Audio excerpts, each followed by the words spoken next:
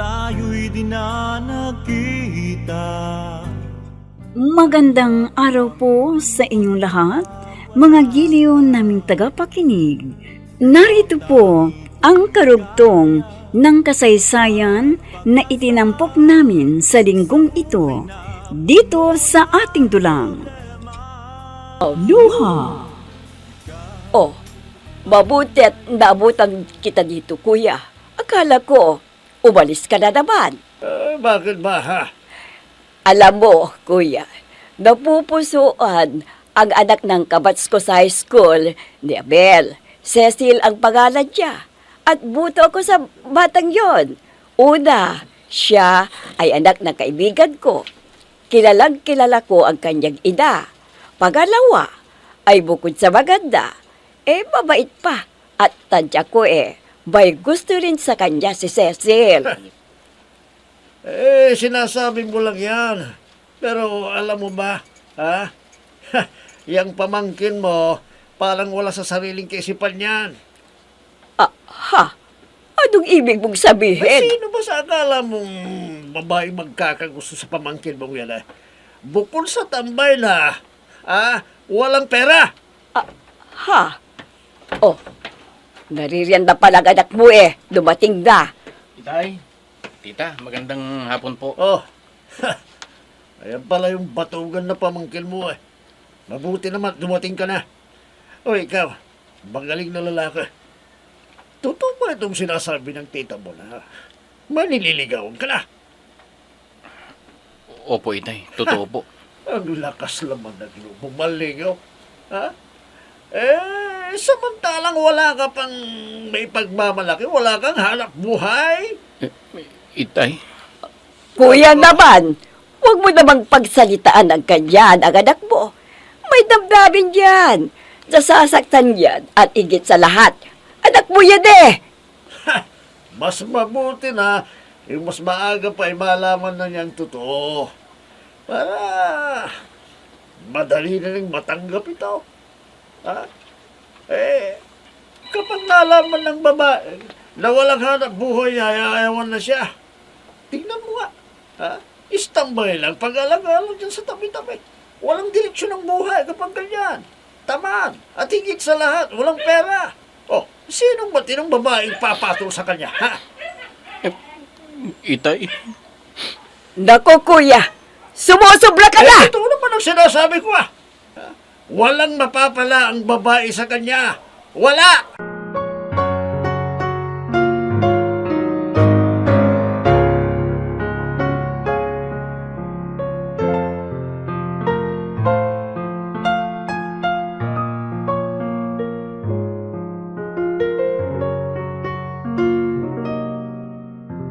Mami, bakit kaya wala pa si Abel? Sabi niya, pupunta siya dito ngayong hapon. Iha, anong ipinag-aalala mo? Abala yung tao sa paglalakad ng mga papeles niya. Mami, sigurado ho ba na dadalhin niyo si Abel sa Canada? Ano ba namang klaseng tanong yan, Iha? Nag-aalala kasi ako, Mami. Nag-aalalang ano? Baka kasi pag nandun na si Abel sa Canada, makalimutan na ako. Anak, ano ka ba? Anong ipag-aalala mo? Ako naman ang kasama niya. Wala kaming ibang pupuntahan doon, kundi doon sa lugar ng Patimpalak. Matanong ko nga, Mami, tutuloy ba kayo doon sa bahay ni Tita Aduring? Oo naman. Sandali lang naman kami doon Humigit, kumulang lang siguro ng 2 linggo. Mami, papaano kung makursonadahan ni Abel ang mga pinsan ko doon? Ang ganda-ganda ng mga pinsan ko Sa bagay na yan Ang masasabi ko ay doon mo talaga masusubukan ang katapatan sa'yo ni Abel. Kung talagang tapat siya sa'yo, kahit ilang dosina pang magagandang babae ang nasa harapan niya, ay hindi kanya ipagpapalit.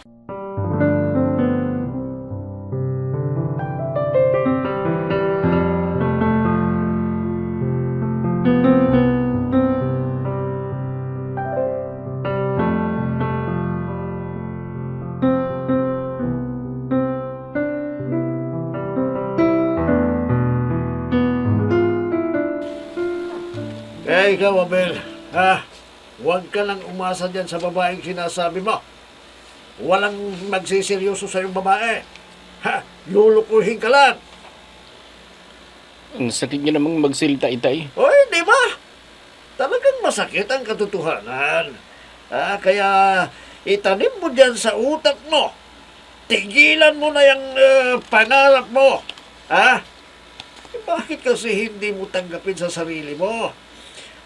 Ang kalagayan mo sa buhay ngayon. Kahit nga siguro kasambahi, hindi magkakagusto sa'yo eh. Oy, para sabihin ko sa'yo, praktikal na ang buhay ngayon. Kahit gaano ka kagwapo, sa paligid ng ibang tao, wala. Lalo lang kapag wala kang trabaho, hindi ka nila siseryosuhin. Tandaan mo yan. Kuya, sumusobra ka na! Hanggang kailan ninyo ako hahamakin, itay? Dahil lamang ba sa kasalukuyang kalagayan ko sa buhay, kanya na lamang kung lahiitin niyo ako. Dahil basta wala akong pera, at wala na ba akong karapatang masaktan? Sa akala ko ba ninyo, itay, hindi ako nasasaktan sa mga panalain ninyo sa akin? Oo! Dahil nagsisisi ako kung bakit binuhay pa kita.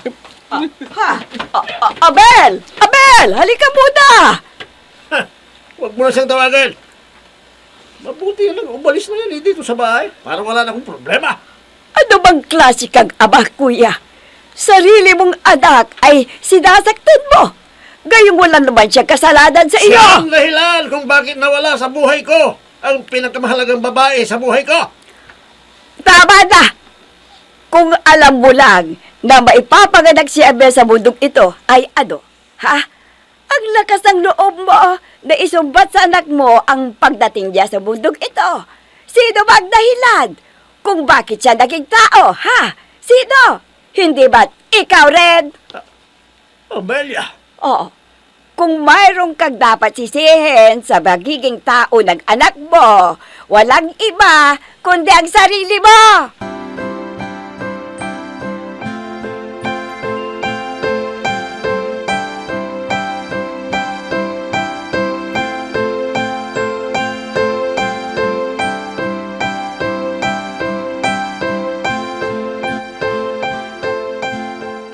Mabuti naman at dito ka sa bahay pumunta. Akala ko, lalayo ka pa dito eh. Yun talaga ang nasa isip ko, tita. Nang magpakalayo dito. Pero naisip ko lahat ng mga sinabi ninyo sa akin. Abel, dumito ka sa bahay hanggat gusto mo. Ako nang bahala sa'yo, sa itay mo. Hindi na ho yata talaga mababago ang pagtrato ng itay sa akin. Pagpasensyaan mo ng iyong ama. Pasasaan ba't mapag-isip-isip din niya ang mga sinasabi niyang bali sa iyo? Napakabigat palang dalhin sa dibdib. Napakahabang panahon ay ako ang nagbibigay ng sama ng loob at sakit sa sarili kong ama. Sa puntong pinagsisisihan nito ang paglitaw ko sa mundong ito. Abel, hindi nalalaman ng iyong ama ang kanyang sinasabi sa labis na galit nito sa nangyari. Kaya't nakikiusap ako. Huwag kang magtanim na galit sa iyong ama. Pagdarating ang araw na maiisip din niya ang mga kamalian na ginagawa niya sa iyo. Ewan ko ho ba, tita? Sa ngayon ay nalilito ako. Akala ko nung una, manhid na ako sa mga masasakit na salitang ibinabato sa akin. Pero hindi ko pala kakayanin ang lahat ng sinabi ng itay. Hindi ko pala kaya, tita. Anong ibig mo sabihin, Abel? Hindi ko alam, tita. Nalilito na rin po ako eh. Hindi ko na alam kung anong nararamdaman ko sa mga sandaling ito. Hindi ko na alam, tita.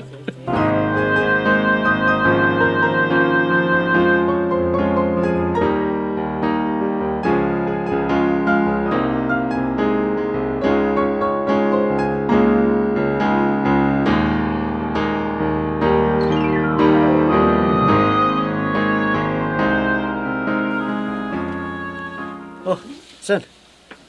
Morning. Oh, Insan, kailan ka ba dumating? Kagabi lang. Butit may sarili akong susi. Kaya kahit tulog na kayo nakabasok mo rin ako. Hindi ka ba nagtatakat? Naririto ka sa bahay. Bakit naman ako magtataka Dati ka namang natutulog dito sa bahay noon. Alam naman ng inay mo na naririto ka na. Oo. Naramdaman niya kasi pagdating ko kagabi. Dahil lumabas siya, nandun ako sa kusina. Nadatan niyang nagluluto ako. Oh, Oh, lalim naman ang buntong hinang mo yan. Pinagalitan ka naman ba ni Anggal? Kaya ka nandito? talaga bang hanggang dito na lang ako sa mundong ito? Teka, ano bang ibig mong sabihin? Hindi kita maintindihan Talaga bang wala nang mangyayari sa buhay ko? Wala nga bang magkakagustong babae sa akin? Ay, naku, Insan. Huwag ka nga magsalita ng ganyan. Yan kasi ang madalas kong naririnig kay Itay. Nang wala raw patutunguhan ang buhay ko. Hindi totoo yan.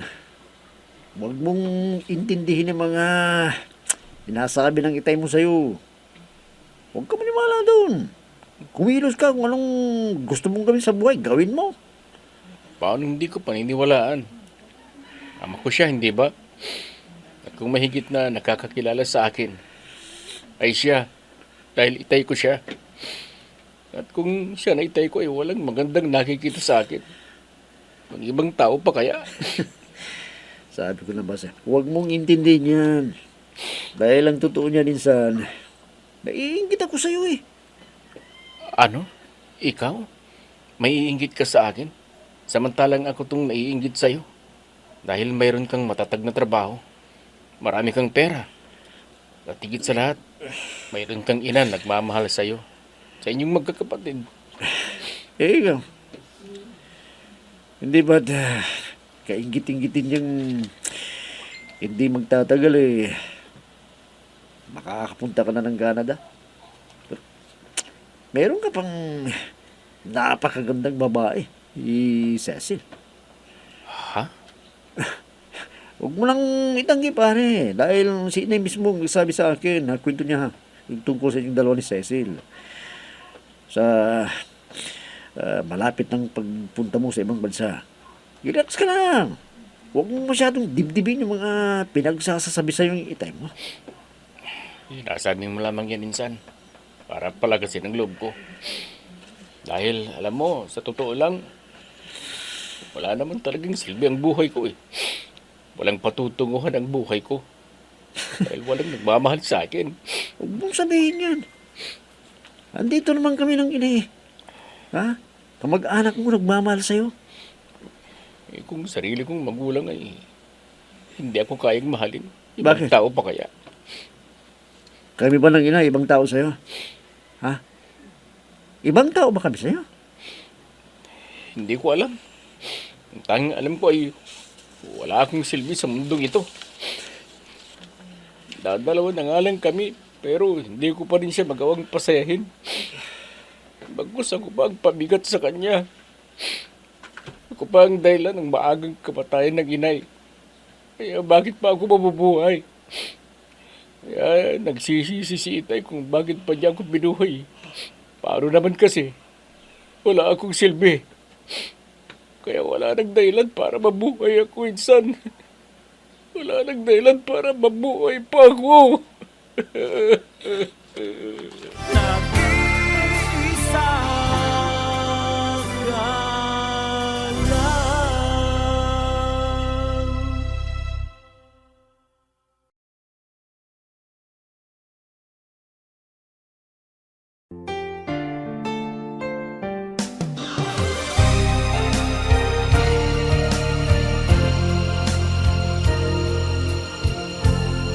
Magmula nang tayo'y di na nagkita, nadama ko ang Oh, anong meron?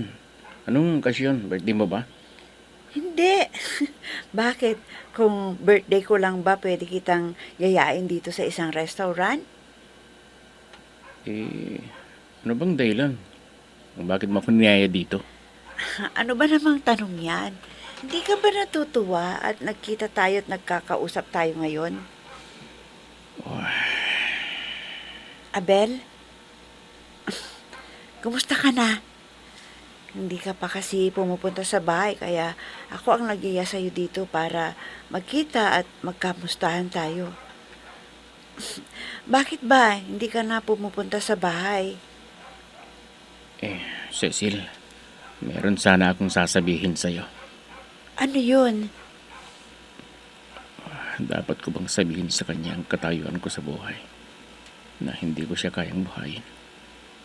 Kawawa naman siya. Idadamay ko pa siya sa kawalang direksyon ng buhay ko. Abel, may problema ka ba? Abel! Ha? May sinasabi ka ba? Oo. Teka, may gumugulo ba sa'yo? May problema ba?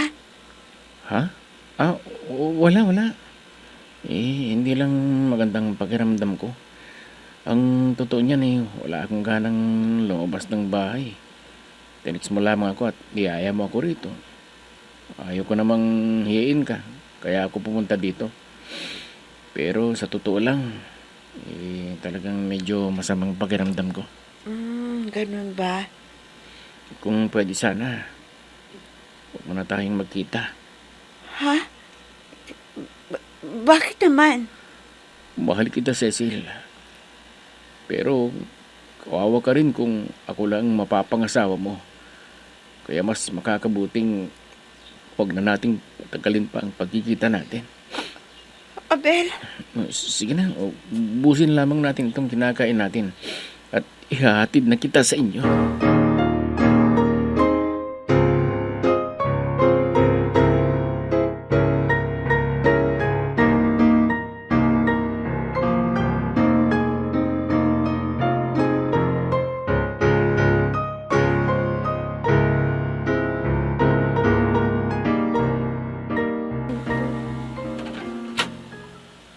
Oh, ang aga mo namang umuwi. Akala ko ba magkikita kayo ni Abel? Nagkita nga kami ni Abel, Mami. Pero, Pero ano? Teka, umiyak ka ba?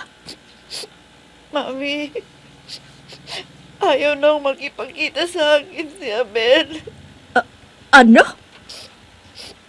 Tama ang hinala ko na mayroon siyang ibang babae. Kaya hindi na ako pinupuntahan dito sa bahay. At ito nga, ayaw na niya makipagkita sa akin. Kung ano-ano lang ang sinabi sa akin na hindi naman talaga yun ang dahilan. Tinoko lamang ako ni Abel, Mami. Manloloko pa ng Abel na yun.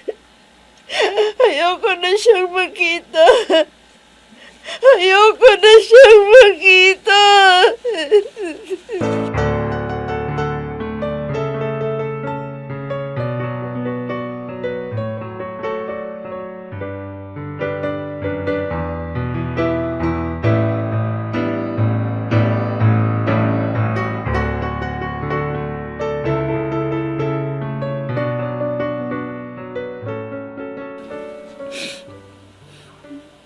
Kalinsagan ang taong pinagkakautangan ko ng buhay ko. At sinisisi pa ako kung bakit ako pinanganak sa mundong ito. At wala na kaming ni Cecil. Wala na talagang silbi ang buhay ko. Ano pa nga ba ang gagawin ko sa buhay ko kung wala rin lang patutunguhan ito? Kaya mas mabuti pa siguro natapusin ko na ang buhay ko. Tamang-tama. Hindi ko pa pala na ibabalik sa lagayan ng insecticide ito. Ito na lamang iinumin ko para matapos na ang paghihirap ni Tay. Siguro ka, makakahinga rin ng malumagsita kung mawawalan ako sa bundok ito. Ito. Iinumin ko na. Oh, Halika rin, San. Nakaluto na. Ha? Anong ginagawa mo? Ha? Ha? Insan! Inay! Inay! Nag-iisa ka lang.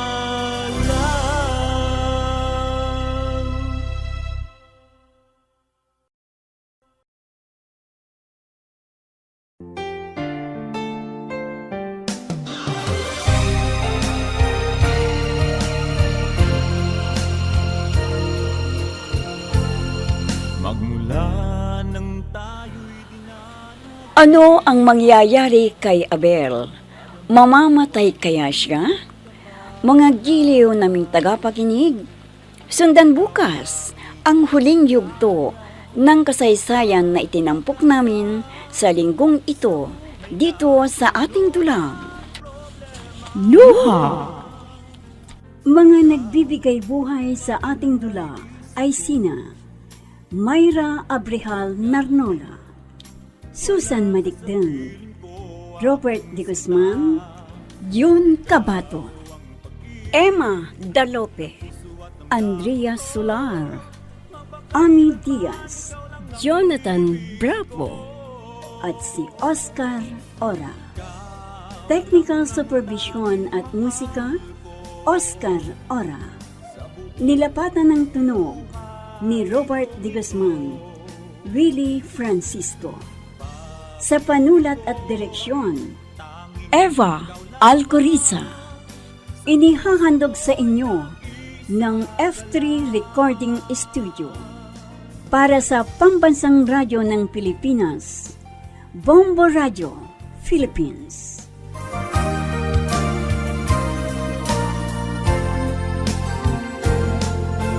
ang alaala nating di malilimutan.